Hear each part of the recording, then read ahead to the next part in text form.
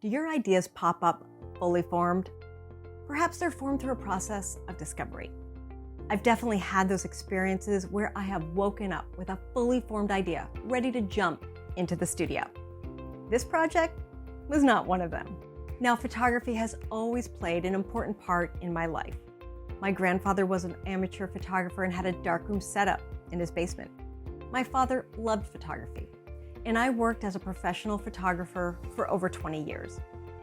One of my first memories of knowing I loved photography was at my grandfather's house, running around looking through his twin lens reflex camera. This one here. I love the design details of vintage cameras and have a small collection, some from my grandfather and father, and some from eBay and estate sales. This journey started with the idea of just photographing those beautiful cameras and then responding in the painting with enhancements of color and line. It was fun, but really lacked the emotional depth I wanted to bring into my art practice. I started researching the timeframes of when these cameras were produced. This one here was a giveaway to sell more cereal, where you collect all the box tops and send them in. Can you believe it? Of course, they made their money back in film and processing sales. Starting with some practical information about the cameras, I then began building stories. Who owned this camera? What would they photograph?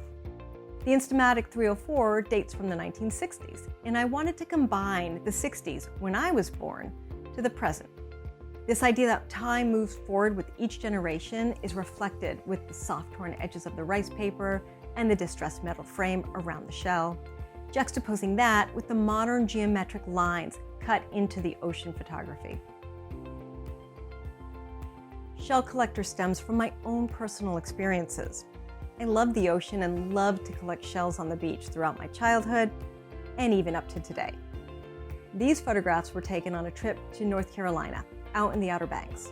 My daughter collecting shells, the rolling Atlantic waves, and one of the shells she collected that day. Now, my kids don't have the free-range childhood that I had growing up, so to capture these iconic moments of childhood and share them across time is truly precious.